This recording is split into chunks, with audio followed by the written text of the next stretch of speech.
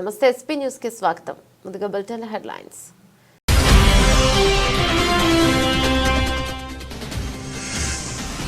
అధ్యక్ష ఎన్నికల్లో నిలబడి ఉంటే ట్రంప్ను ఖచ్చితంగా ఓడించేవాడిని.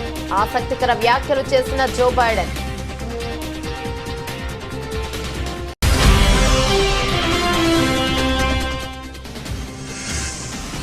దేశంలో పెరుగుతున్న హెచ్ఎంపీవీ కేసులు, కేంద్ర ఆరోగ్య శాఖ కీలక సూచనలు.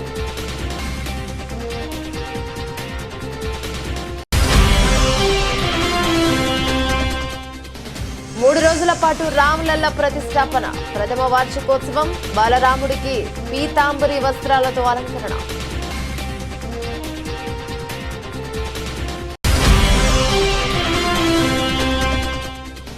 మంత్రి ఆనంపై టీటీడీ మాజీ చైర్మన్ ఫైర్, నిరూపించకపోతే రాజీనామా చేయాలని డిమాండ్.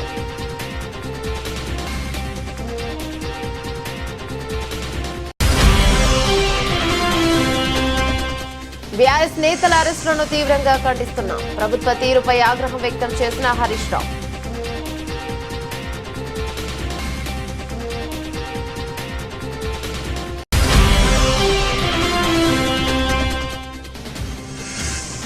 రైతు భరోసా మార్గదర్శకాలు జారీ చేసిన తెలంగాణ ప్రభుత్వం, వారు మాత్రమే అర్హులని చెబుతున్న అధికారులు.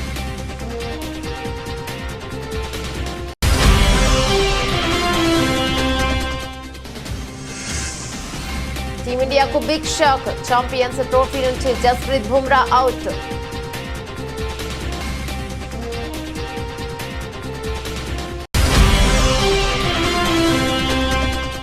తమిళ పరిశ్రమలో తెలుగు డైరెక్టర్ వ్యాఖ్యలపై చర్చ. స్టార్ హీరో సినిమా డైరెక్టర్ చేయమని ఛాన్స్ ఇస్తే రిజెక్ట్ చేసిన అనిల్ రావిపూడి.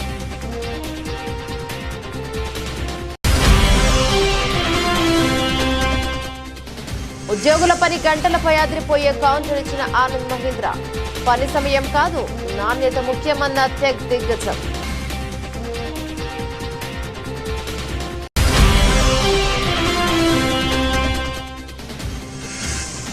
ఇవి ఆకులు కాదు, అద్భుతం. డైలీ తిన్నారంటే డయాబెటీస్ కు చెక్. డీటెయిల్స్ చూస్తే, గతేడాది నవంబర్లో జరిగిన అమెరికా అధ్యక్ష ఎన్నికల్లో డొనాల్డ్ ట్రంప్ ఘన విజయాన్ని సాధించిన విషయం మనందరికీ తెలిసిందే. ట్రంప్ విజయంతో మరో 10 రోజుల్లో అమెరికా అధ్యక్ష పదవి నుంచి జో బైడెన్ దిగిపోనున్నారు. ఈ నేపథ్యంలో బైడెన్ కీలక వ్యాఖ్యలను చేశారు. అధ్యక్ష ఎన్నికల పోటీలో తాను నిలబడి ఉంటే ట్రంప్ను ఓడించేవాడినని వ్యాఖ్యానించారు.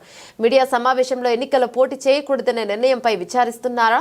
మీ నిర్ణయం ట్రంప్ గెలుపుకు దోహదపడిందని మీరు అనుకుంటున్నారా అని విలేకరులు ప్రశ్నించారు. దీనికి అధ్యక్షుడు బదిలిస్తూ తాను అలా ఏమీ అనుకోవడం లేదన్నారు. తాను మొన్నటి ఎన్నికల బరిలో దిగి ఉంటే ట్రంప్ను ఖచ్చితంగా ఓడించేవాడనని విశ్వాసాన్ని వ్యక్తం చేశారు. డెమోక్రటిక్ పార్టీలో ఐక్యత కోసమే తాను అధ్యక్ష ఎన్నికల పోటీ నుంచి తప్పుకుంటున్నట్లు బైడెన్ స్పష్టం చేశారు. ట్రంప్ను కమలా హారిస్ ఓడించగలదని తాను భావించినట్లు చెప్పారు. అందుకే అధ్యక్ష ఎన్నికల్లో ఆమెకు మద్దతిచ్చినట్లు బైడెన్ చెప్పుకొచ్చారు. అందుకు కమలా సైతం తీవ్రంగా కృషి చేసినట్లు బైడెన్ వివరించారు. 81 ఏళ్ల జో బైడెన్ మరోసారి అధ్యక్ష పదవికి పోటీ పడిన విషయం తెలిసిందే. అయితే అనూహ్యంగా ఆయన నిర్ణయాన్ని మార్చుకున్నారు. అధ్యక్ష ఎన్నికల బరి నుంచి తప్పుకుంటున్నట్లు గతేడాది జూలైలో ప్రకటించిన విషయం తెలిసిందే.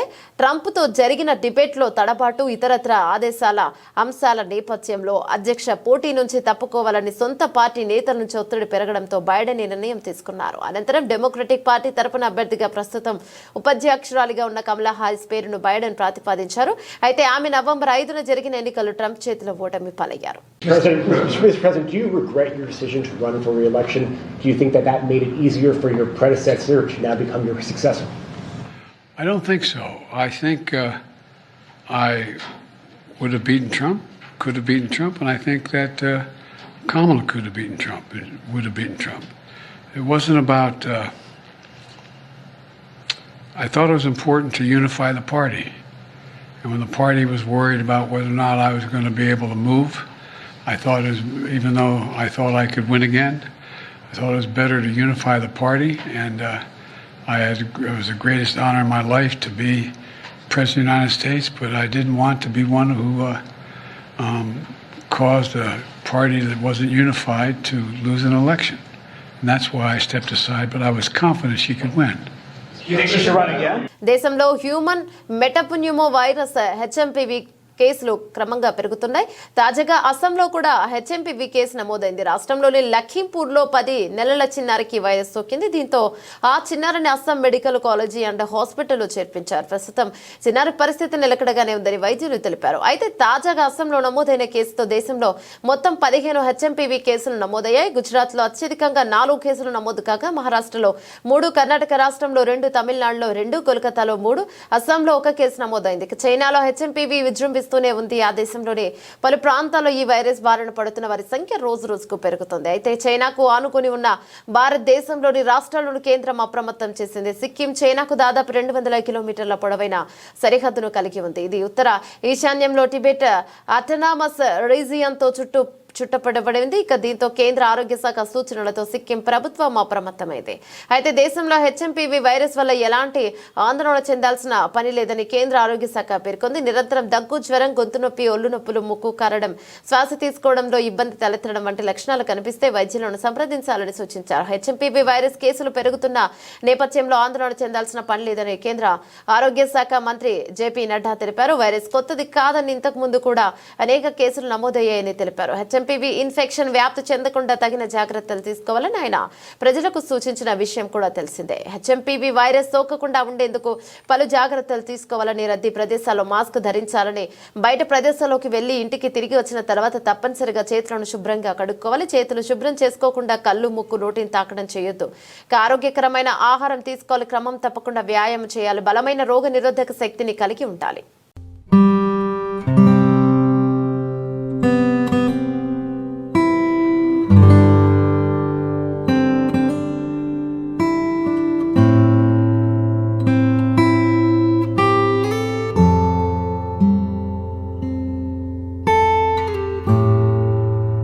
ఉత్తరప్రదేశ్లోని అయోధ్యలో రామ్లల్లా ప్రాణ ప్రతిష్ఠ జరిగి ఏడాది పూర్తవుతుండటంతో ఈ నెల 11 నుంచి 3 రోజుల పాటు వార్షికోత్సవాలు నిర్వహిస్తున్నారు. ఈ ప్రతిష్ఠ ద్వాదశ ప్రారంభం సందర్భంగా స్వామివారి వేడుకల్లో భాగంగా తొలి రోజైన శనివారం పీతాంబరి పసిడి వర్ణం వెండి పోగులతో తయారు చేసిన వస్త్రాలతో అలంకరిస్తారు. ఢిల్లీలో బంగారు వెండి పోగులతో నేయించి నీటిని ప్రత్యేకంగా తయారు చేశారు. ఈ దుస్తులు ఇవాళ అయోధ్యలోని రామాలయానికి చేరుకున్నాయి. జిల్లా యంత్రాంగం శ్రీరామ జన్మభూమి తీర్థ క్షేత్ర ట్రస్ట్ కలిసి వేడుకలు నిర్వహిస్తాయి. గత ఏడాది జనవరి 22న మధ్యాహ్నం 12:30 శ్రీరాముడి ప్రతిష్టాపన మహోత్సవం జరిగిన విషయం తెలిసిందే. హిందూ క్యాలెండర్ ప్రకారం ఈ ఏడాది జనవరి 11న వార్షికోత్సవ వేడుకలు నిర్వహిస్తున్నారు. శనివారం ఉదయం 10 గంటలకు అభిషేక పూజ జరిగిన తర్వాత మధ్యాహ్నం 12:20 రాముడికి మహాహారతిస్తారు. ఈ ప్రథమ వార్షికోత్సవానికి ఏర్పాటు పూర్తయిన రేపటి నుంచి 3 రోజులు నిర్వహించే ఈ వేడుకల్లో సామాన్యులకు పెద్దపీట వేయనున్నారు. నిరుడు విగ్రహ ప్రాణ ప్రతిష్టకు కొన్ని కారణాల వల్ల హాజరు కాలేకపోయిన ప్రజలు వార్షికోత్సవానికి హాజరు కావాలని శ్రీరామ జన్మభూమి తీర్థ క్షేత్ర ట్రస్ట్ ఆహ్వానం పలుకుతోంది. కార్యక్రమానికి 110 మంది విఐపీలను కూడా ఆహ్వానించింది. ఉత్తరప్రదేశ్ సీఎం యోగి ఆదిత్యనాథ్ వార్షికోత్సవ కార్యక్రమాలను ప్రారంభించి రాముడి అభిషేకం నిర్వహిస్తారు. అంగత్ టీలా వద్ద 5,000 మంది కూర్చోవడానికి అతిపెద్ద జన్మన్ హ్యాంగర్ టెంట్ను ఏర్పాటు చేశారు. ఇందులో శాస్త్రీయ సాంస్కృతిక ప్రదర్శనలతో పాటు రోజువారీ రామకథ కార్యక్రమాలు, యజ్ఞశాల వంటివి కూడా ఉంటాయి. షెడ్యూల్లో భాగంగా మధ్యాహ్నం 2 గంటలకు రామకథ, ఆ తర్వాత రామచరిత మానస్ పై ప్రసంగాలు, సాంస్కృతిక ప్రదర్శనలు ఉంటాయి. ప్రసాద వితరణ రోజువారీ కార్యక్రమాల్లో భాగంగా ఉంటుంది. रामाय रामभद्राय रामचंद्राय वेदसे रघुनाथाय नाथाय सीताय पतिये नमः। श्री रामलला भगवान की, श्री रामलला भगवान की।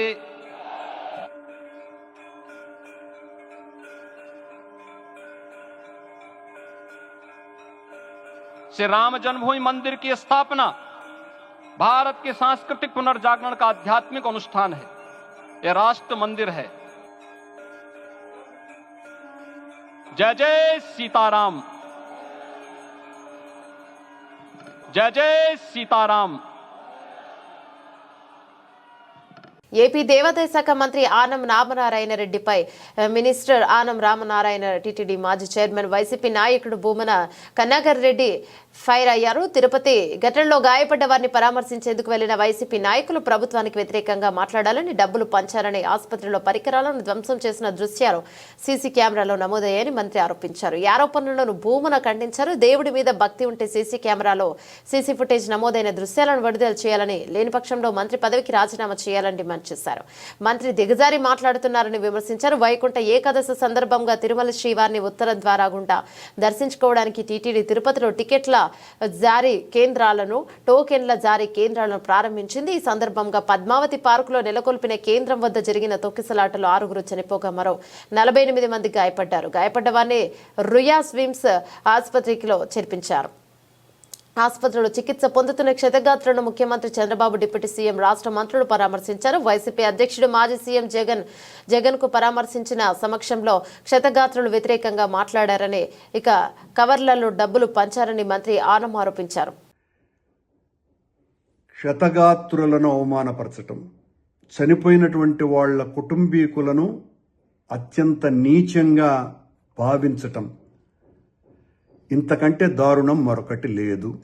అలాగే మేము అక్కడికి వచ్చినప్పుడు జగన్మోహన్ రెడ్డి గారిని అక్కడికి ఆసుపత్రికి రాకుండా చేయటం కోసమని అడుగడుగున ఆటంకం కలిగించింది మీ ప్రభుత్వం. దారిలో ఒక మాజీ ముఖ్యమంత్రిని అడ్డుకోవటానికి ట్రాక్టర్లు అడ్డుపెట్టి ఇంత నీచంగా వ్యవహరించింది మీ ప్రభుత్వం. ఇంతకంటే దారుణం మరొకటి ఉన్నదా? మీరు ఎన్ని రకాలైనటువంటి దుర్మార్గపు చర్యలు చేశారో జగన్మోహన్ రెడ్డి గారిని అడ్డుకోవటానికి. జగన్మోహన్ రెడ్డి లాంటి ఒక ప్రజానాయకుడు వచ్చినప్పుడు పోలీసులు కనీసమైనటువంటి భద్రత కూడా ఇవ్వకుండా, మేము ఆసుపత్రిలో పరామర్శించడానికి వస్తే పవన్ కళ్యాణ్ ఉద్దేశపూర్వకంగా ఆసుపత్రిలో దాదాపు 2 గంటలకు పైగా అక్కడ ఉండటం, జగన్మోహన్ రెడ్డి గారు వచ్చినారని తెలిసినప్పటికీ కూడా కావాలనే ఆయన్ను ఆసుపత్రిలోకి రానివ్వకుండా చేయటం కోసమని తన ప్రోగ్రామును మరింత పొడిగించుకోవటం, ఇవన్నీ మీ కళ్ళకు కనపడలే. అట్లాగే నిన్న డబ్బులు ఇచ్చినటువంటి, మేము ఈ డబ్బులు ఇచ్చినామని వైసీపీ వాళ్ళ మీద మీరు ఏదైతే ఆరోపణలు చేస్తున్నారో అవన్నీ సీసీ కెమెరాలలో రికార్డ్ అయినాయి అని చెప్తున్నారు. రామనారాయణ గారికి ఛాలెంజ్ చేస్తున్నాం. అది నిజమైతే, మీరు నిజంగా దేవుడి మీద భక్తి కలిగినటువంటి వాళ్ళైతే ఆ సీసీ కెమెరాల ఫుటేజ్ని బయట పెట్టాలి. మేము డబ్బులు ఇచ్చినట్టుగా మీరు నిరూపించాలి. నిరూపించలేకపోతే, ఎందుకంటే సీసీ ఫుటేజ్లు మీ అధీనంలోనే ఉంటాయి. నిరూపించలేకపోతే వెంటనే మీ పదవికి రాజీనామా చేయాలి. మమ్మల్ని అసలు జగన్మోహన్ రెడ్డి గారు వచ్చేంత వరకు మమ్మల్ని ఆసుపత్రి ముఖం వైపు కూడా రానివ్వలేదు మీ పోలీసు, మీ అధికార గణం. మేము డబ్బులు ఇచ్చి మీ చంద్రబాబు నాయుడిని తిట్టించినామని చెప్తున్నారు మీరు. అంటే చంద్రబాబు నాయుడు గారి పాలన మీద క్షతగాత్రులకు ఉన్నటువంటి అభిప్రాయం ఏందో చాలా స్పష్టంగా అర్థమైపోయింది. మీ ప్రభుత్వం మీద, మీ నాయకుడి మీద ఏ రకమైనటువంటి అభిప్రాయాలు ఉన్నాయని. దయచేసి వెంటనే మీరు సీసీ ఫుటేజీలని బయట పెట్టాలా, లేదా మీ పదవికి రాజీనామా చేయాలా. ఇంత నీచంగా వ్యవహరించినాను నేను, నా తప్పిదం ఇదేనని మీరు మీ పదవికి రాజీనామా చేయాలి. మీ చర్య ఎలా ఉన్నది అంటే, మీ పార్టీలో మీ పదవి దేవాదాయ శాఖ మంత్రి అయినప్పటికీ కూడా మిమ్మల్ని పట్టించుకునే వాళ్ళు ఎవరు లేరు కనుక, అదేదో సామెత ఉంది, తోలుగుడ్డు పెట్టే కోడికి ఎంత విలువ ఉందో నిజమైన గుడ్డు కాకుండా తోలుగుడ్డు పెట్టేటువంటి కోడికి, ఆ రకమైనటువంటి కోడిగా మీరు తెలుగుదేశం ప్రభుత్వంలో మంత్రిగా ఉన్నారు. తోలు గుడ్లు పెట్టేటువంటి కోడిగా మీరు ఆ సీసీ ఫుటేజ్ని వెంటనే ఈరోజే బయట పెట్టాలి. మేము డబ్బులు ఇచ్చినట్టు నిరూపించాలి, లేదా పదవికి రాజీనామా చేయాలి. ఉమ్మడి నల్గొండ జిల్లా సహా హైదరాబాద్ లో బీఆర్ఎస్ పార్టీ నాయకులు కార్యకర్తలను ఎక్కడికక్కడ అరెస్టు చేయడాన్ని గృహ నిర్బంధం చేయడాన్ని తీవ్రంగా ఖండిస్తున్నామని మాజీ మంత్రి సిద్దిపేట ఎమ్మెల్యే హరీష్ రావు తెలిపారు. ఇక యాదాద్రి భువనగిరి జిల్లా పార్టీ కార్యాలయంపై కాంగ్రెస్ గూండాల దాడులను నిరసిస్తూ జిల్లా కేంద్రంలో చేపట్టిన ధర్నా కార్యక్రమాన్ని భగ్నం చేసేందుకు పోలీసుల అక్రమ అరెస్టులకు తెరలేపడం దుర్మార్గమని హరీష్ రావు మండిపడ్డారు. పోలీసు బలం ఉపయోగించి ప్రతిపక్షాలను అణచివేయాలని చూడటం ప్రజాస్వామికం, అప్రజాస్వామికం. అక్రమ అరెస్టులు చేసిన బీఆర్ఎస్ నాయకులు కార్యకర్తలు వెంటనే విడుదల చేయాలని బీఆర్ఎస్ పార్టీ పక్షాన డిమాండ్ చేస్తున్నామని హరీష్ రావు పేర్కొన్నారు.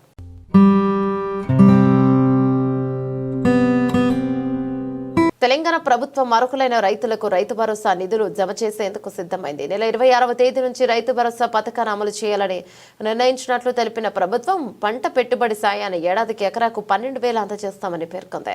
సాగు భూములన్నింటికీ పెట్టుబడి సాయం అందిస్తామని ఇటీవల ముఖ్యమంత్రి రేవంత్ రెడ్డి ప్రకటించారు. తాజాగా ఇందుకు సంబంధించి ప్రభుత్వం మార్గదర్శకాలు విడుదల చేసింది. అయితే రైతులకు సంబంధించిన విషయం కావడంతో పూర్తి స్పష్టత ఉండాలన్న ఉద్దేశంతో రైతు భరోసా పథకం 2025 మార్గదర్శకాల ఉత్తర్వులను ప్రభుత్వం తెలుగులో జారీ చేసింది. భూభారతి ధరణి పోర్టల్లో నమోదైన వ్యవసాయ సాగు భూములకే రైతు భరోసా సాయం అందించనున్నట్లు ప్రభుత్వం తాజా మార్గదర్శకాల్లో పేర్కొంది. భూ విస్తీర్ణం ఆధారంగా పట్టాదారులకు దీన్ని అందించనున్నారు. అటవీ హక్కు చట్టం ROFR చట్టాదారులకు కూడా సాయం అందజేస్తారు. రిజర్వ్ బ్యాంక్ నిర్వహించే DPT పద్ధతిలో రైతు భరోసా సాయాన్ని రైతులకు బ్యాంక్ ఖాతాలో జమ చేయాలని మార్గదర్శకాల్లో పేర్కొన్నారు. ఫిర్యాదుల పరిష్కారం బాధ్యత కలెక్టర్లకు ప్రభుత్వం అప్పగించింది. అయితే సాగు యోగ్యం కాని భూములను రైతు భరోసా నుంచి తొలగించనుందని ప్రభుత్వం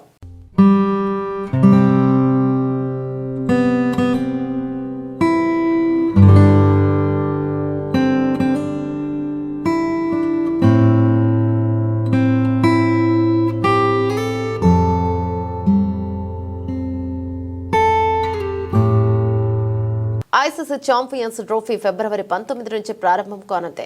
పాకిస్తాన్ ఆతిథ్యం ఇస్తున్న ఈ టోర్నీలో టీమిండియా ఆడే మ్యాచ్లన్నీ దుబాయ్ వేదికగా జరగనున్నాయి. టోర్నీకి సంబంధించిన గత నెలలోనే షెడ్యూల్ విడుదలైంది. ఫిబ్రవరి 19 నుంచి మార్చి 9వ తేదీ వరకు మ్యాచ్లు జరగనున్నాయి. అయితే భారత్ తన తొలి మ్యాచ్ ఫిబ్రవరి 20వ తేదీన బంగ్లాదేశ్ తో ఆడనుంది. భారత్ వర్సెస్ పాకిస్తాన్ మ్యాచ్ ఫిబ్రవరి 23వ తేదీన జరగనుంది. గ్రూప్ దశలో ఇండియా మొత్తం 3 జట్లతో మ్యాచ్లు ఆడనుంది. అయితే BCCI ఈ మెగా టోర్నీకి జట్టును ప్రకటించేందుకు సిద్ధమవుతుంది. జనవరి 19 ఛాంపియన్స్ ట్రోఫీ కోసం భారత జట్టును ప్రకటించే అవకాశం ఉంది. 15 మందితో పాటు ట్రావెల్ రిజర్వ్ గా 3 ఎంపిక చేయాలని అజిత్ గవాస్కర్ నేతృత్వంలోని సెలక్షన్ కమిటీ భావిస్తోంది. అయితే అందుకు ICC అనుమతి తప్పనిసరి. ఇదిలా ఉంటే ఛాంపియన్స్ ట్రోఫీకి ముందు టీమిండియాకు బిగ్ షాక్ తగిలింది. Team India pass bowler Jasprit Bumrah ఈ సిరీస్ కు అందుబాటులో ఉండటం లేదని తెలుస్తోంది. ఇండియన్ ఎక్స్ప్రెస్ నివేదిక ప్రకారం ఛాంపియన్స్ ట్రోఫీలో గ్రూప్ స్టేజ్ మ్యాచ్లకు బుమ్రా అందుబాటులో ఉండకపోవచ్చు. అతను వెన్నునొప్పితో ఇబ్బంది పడుతున్నారు. ప్రస్తుతం బుమ్రా బెంగళూరులోని నేషనల్ క్రికెట్ అకాడమీ NCA పర్యవేక్షణలో ఉన్నట్టు తెలుస్తోంది. BCCIకు చెందిన అధికారి మాట్లాడుతూ ఛాంపియన్స్ ట్రోఫీకి పూర్తి స్థాయిలో సన్నద్ధమయ్యేందుకు బుమ్రా NCAకి వెళ్లాడు.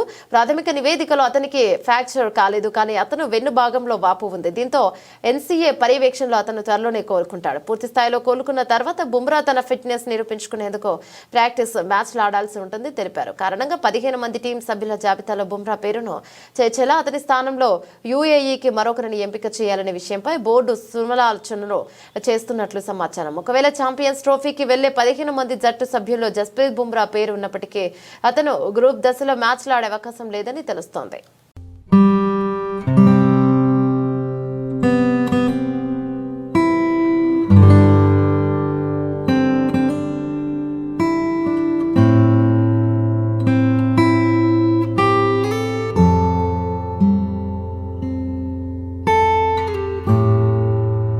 రాజమౌళి తర్వాత 100% సక్సెస్ రేట్ ఉన్న రేట్ డైరెక్టర్స్ లో అనిల్ రావిపూడి ఒకరు. పటాస్ నుంచి భగవంత్ కేసరి వరకు అన్ని సినిమాలు హిట్ టాక్ తెచ్చుకుంటున్నాయి. భగవంత్ కేసరి తప్ప అన్ని ఎంటర్టైన్మెంట్ సినిమాలే. అనిల్ రావిపూడి అంటే ఫ్యామిలీతో కలిసి వెళ్ళొచ్చు, హ్యాపీగా నవ్వుకోవచ్చు అనే మార్క్ ని సెట్ చేసుకున్నాడు. అనిల్ రావిపూడి దర్శకత్వంలో వెంకటేష్ హీరోగా తెరకెక్కిన సంక్రాంతికి వస్తున్నాం సినిమా సంక్రాంతి రోజు జనవరి 14న రిలీజ్ కానుంది. నిన్న సాయంత్రం సంక్రాంతికి వస్తున్నాం సినిమా మ్యూజికల్ ఈవెంట్ నిర్వహించారు. ఈవెంట్ లో సినిమాలో నటి నటించిన స్టార్స్ అంతా పాల్గొని మాట్లాడారు. తమిళ స్టార్ కమెడియన్ వీటీవీ గణేష్ కూడా సంక్రాంతికి వస్తున్నాం సినిమాలో నటించారు. ఈ ఈవెంట్ లో వీటీవీ గణేష్ మాట్లాడదాం ఆసక్తికర విషయాన్ని తెలిపారు. వీటీవీ గణేష్ మాట్లాడుతూ తలపతి విజయ్ భగవంత్ కేసరి సినిమా 5 సార్లు చూశారు. ఆ సినిమా చూసి నన్ను పిలిచి ఆ డైరెక్టర్ మీకు ఫ్రెండ్ కదా, పిలిచి మాట్లాడండి, నా చివరి సినిమా డైరెక్ట్ చేస్తాడేమో అడగండి అని చెప్పారు.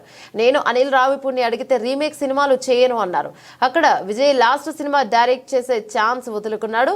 ఇక్కడ సంక్రాంతికి వస్తున్నాం సినిమా చేసి ఇందులో నాకు ఆఫర్ ఇచ్చాడని తెలిపారు. దీంతో వీటీవీ గణేష్ వ్యాఖ్యలు తెలుగు తమిళ పరిశ్రమలో చర్చంగా మారాయి. గతంలో అనిల్ రావిపూడి బాలకృష్ణ శ్రీలీల కాజల్తో భగవంత్ కేసరి సినిమా తీసి దసరాకు రిలీజ్ చేసి హిట్ కొట్టిన సంగతి తెలిసిందే.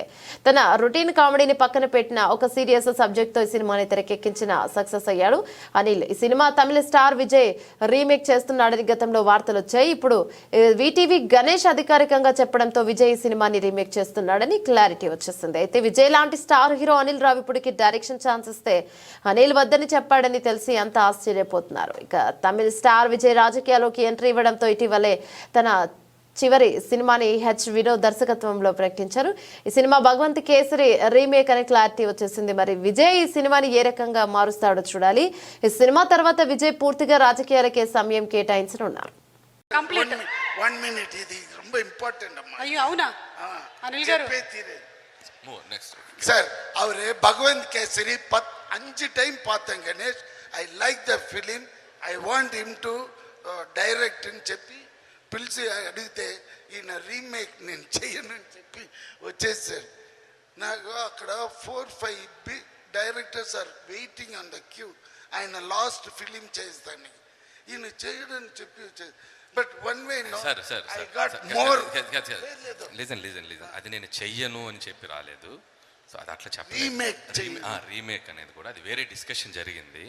సో విజయ్ గారికి మనకి అది వేరే డిస్కషన్ జరిగింది. అది పైగా ఓకే అది చెప్పలేదు. ఎందుకు చెప్తున్నానంటే అంత ఆయనకి ఇష్టమైంది. దాని తర్వాతనే నేను భగవంత్ కేసరి చూశాను. Because I also acted in that film. ఎందుకు 5 టైమ్స్ చూశాను ఆయన చెప్పి నేను పోయి చూశాను. అప్పుడే ఆయన్ని ఆహా వీడు బాగానే చేస్తున్నాడు. ఎలాంటి చైర్మన్ సుబ్రహ్మణ్యన్ చేసిన వ్యాఖ్యలు నెట్టింట తీవ్ర దుమారం రేపుతున్నాయి. ఉద్యోగుల పని గంటలపై ఆయన చేసిన వ్యాఖ్యలు ఆన్లైన్ వేదికగా విస్తృత చర్చలు ప్రజల ఆగ్రహాన్ని రేకెత్తించేలా చేస్తాయి. సోషల్ మీడియాలో ఆయన చేసిన వ్యాఖ్యలపై నెటిజన్లు తీవ్రంగా మండిపడుతున్నారు. ప్రముఖ నటి దీపికా పదుకునే, ప్రముఖ వ్యాపారవేత్త హర్ష గోయంకి కూడా సుబ్రహ్మణ్యం చేసిన వ్యాఖ్యలపై అభ్యంతరం తెలిపారు. మానసిక ఆరోగ్యం కూడా ముఖ్యమైనట్టు కౌంటర్ ఇచ్చారు. గతంలో ఇన్ఫోసిస్ కో ఫౌండర్ నారాయణమూర్తి కూడా వారానికి 70 గంటల పాటు పనిచేయాలని చెప్పిన మాటలు కూడా ప్రజల్లో చర్చకు దారితీస్తాయి. ప్రస్తుతం ఈ అంశంపై తీవ్ర స్థాయిలోనే చర్చ కొనసాగుతుంది. నేపథ్యంలో తాజాగా ఆనంద్ గ్రూప్ చైర్మన్ ఆనంద్ మహేంద్ర స్పందించారు. అసలు సమస్య ఎన్ని గంటలు పనిచేశారనేది కాదు, అవుట్పుట్ నాణ్యత ముఖ్యమన్నారు. ఇది 40 గంటలు, 70 గంటలు లేదా 90 గంటలు కాదన్నారు. తాను పనిలో నాణ్యతను చూస్తానని, సమయాన్ని కాదని పేర్కొన్నారు. ఈ మేరకు దేశ రాజధాని ఢిల్లీలో జరిగిన Viksit Bharat young leaders dialogue 2025లో ఆయన మాట్లాడారు. ఇక క్వాంటిటీ లేకపోయినా క్వాలిటీ ఉండాలని చెప్పారు. పని గంటల పరిణామాన్ని నొక్కి చెప్పడం వల్ల జరుగుతున్న చర్చ తప్ప అని అన్నారు. ఇక ఎలాంటి చైర్మన్ సుబ్రహ్మణ్యన్ ఇన్ఫోసిస్ వ్యవస్థాపకుడు నారాయణమూర్తి ఇలాంటి వ్యాఖ్యలు చేసి ఇతరులపై తనకు చాలా గౌరవం ఉందని చెప్పారు. కాబట్టి తాను చెప్పిన మాటలను వారు తప్పుగా భావించవద్దన్నారు. కానీ తాను ఒక విషయం చెప్పాలనుకుంటున్నానంటూ పని గంటల చర్చ తప్పుడు దిశగా వెళ్తోందని తాను భావిస్తున్నట్లుగా యువతకు పిలుపునిచ్చారు Anand Mahindra. I could ask you, how many hours a week do you work? You know, this is what I want to avoid, Palki. I don't want it to be about the time. I don't want it to be about quantity. Ask me what's the quality of my work. Don't ask me how many hours I work.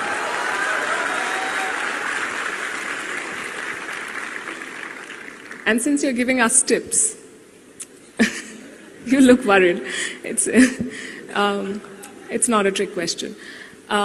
How much time in a day do you spend on social media? Because you've aced your social media game, and yet you have managed time so well because you've built institutions. And I think we can all learn. I mean, this is a challenge that. You know, I'm often asked this question. Then I'm asked about, do you have a office that manages it? If anyone's read my tweets, if you think my office can write like that, then I've got a fabulous team who lives inside my head. You know. I don't know why people even ask that. So then you say, how much time do you have? And every time I'll get in my timeline, sab aap faltu ko nahi kar kaam karo, aap Twitter pe kyun hai? This kind of thing keeps coming up. I want to tell people I'm on, and I've been asked this, I'm on X on social media not because I'm lonely.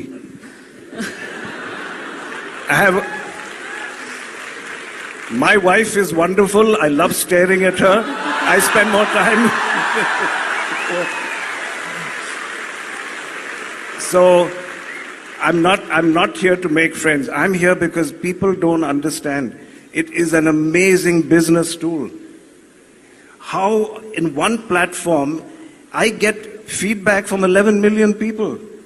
జామ పండులో ఎన్నో పోషకాలు దాగున్నాయి. రుచిగా ఉండే ఈ జామ పండును చిన్న పెద్ద తేడా లేకుండా అందరూ ఇష్టపడతారు. జామ పండు తినడం వల్ల చాలా శరీరానికి ఎన్నో పోషకాలు ఖనిజాలు లభిస్తాయి.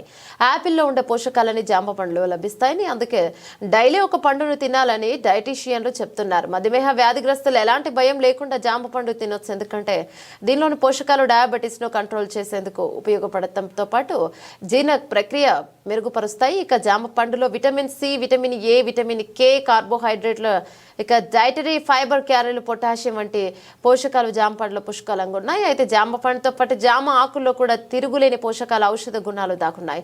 జామ ఆకులు తీసుకోవడం వల్ల శరీరానికి ఏ విధంగా మేలు జరుగుతుందో తెలుసుకోండి. జామ ఆకులను తీసుకోవడం వల్ల మధుమేహాన్ని అదుపులోకి ఉంచుకోవచ్చు.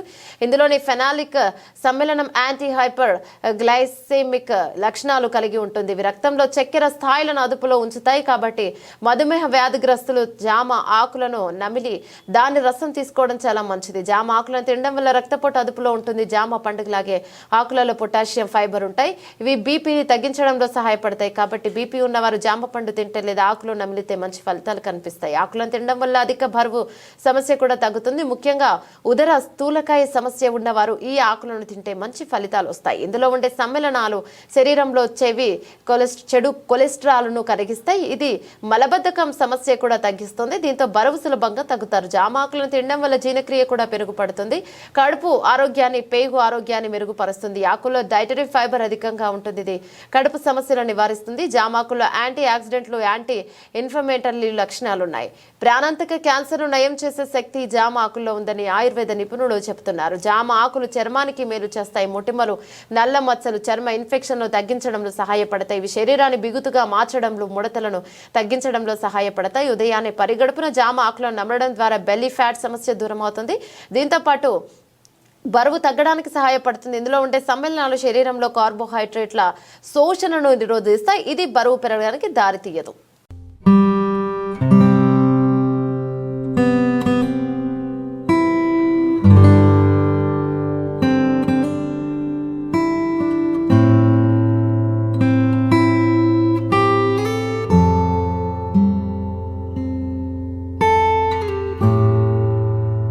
బులెటిన్ ముగించే ముందు హెడ్లైన్స్ మరోసారి.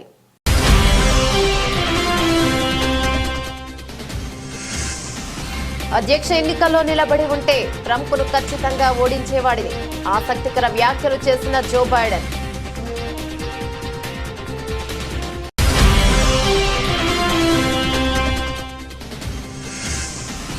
దేశంలో పెరుగుతున్న హెచ్ఎంపీవీ కేసులు, కేంద్ర ఆరోగ్య శాఖ కీలక సూచనలు.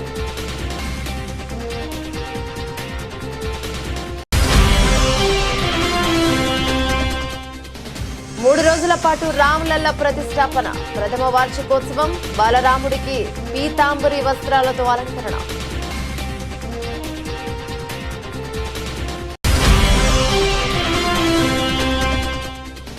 మంత్రి ఆనంపై టీటీడీ మాజీ చైర్మన్ ఫైర్, నిరూపించకపోతే రాజీనామా చేయాలని డిమాండ్.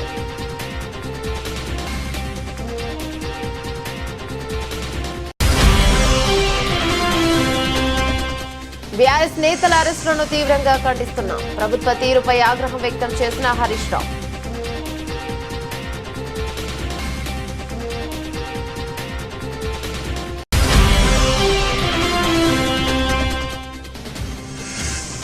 రైతు భరోసా మార్గదర్శకాలు జారీ చేసిన తెలంగాణ ప్రభుత్వం, వారు మాత్రమే అర్హులని చెబుతున్న అధికారులు.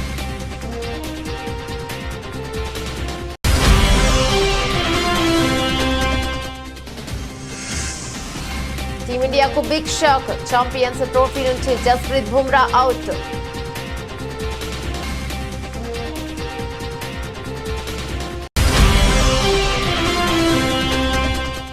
తమిళ పరిశ్రమలో తెలుగు డైరెక్టర్ వ్యాఖ్యలపై చర్చ. స్టార్ హీరో సినిమా డైరెక్ట్ చేయమని ఛాన్స్ ఇస్తే రిజెక్ట్ చేసిన అనిల్ రావిపూడి.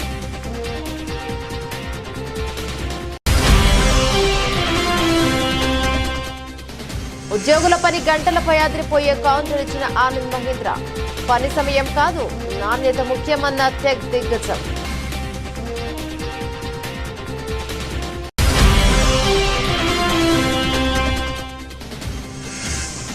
ఇవి ఆకులు కాదు, అద్భుతం. డైలీ తిన్నారంటే డయాబెటీస్ కు చెక్.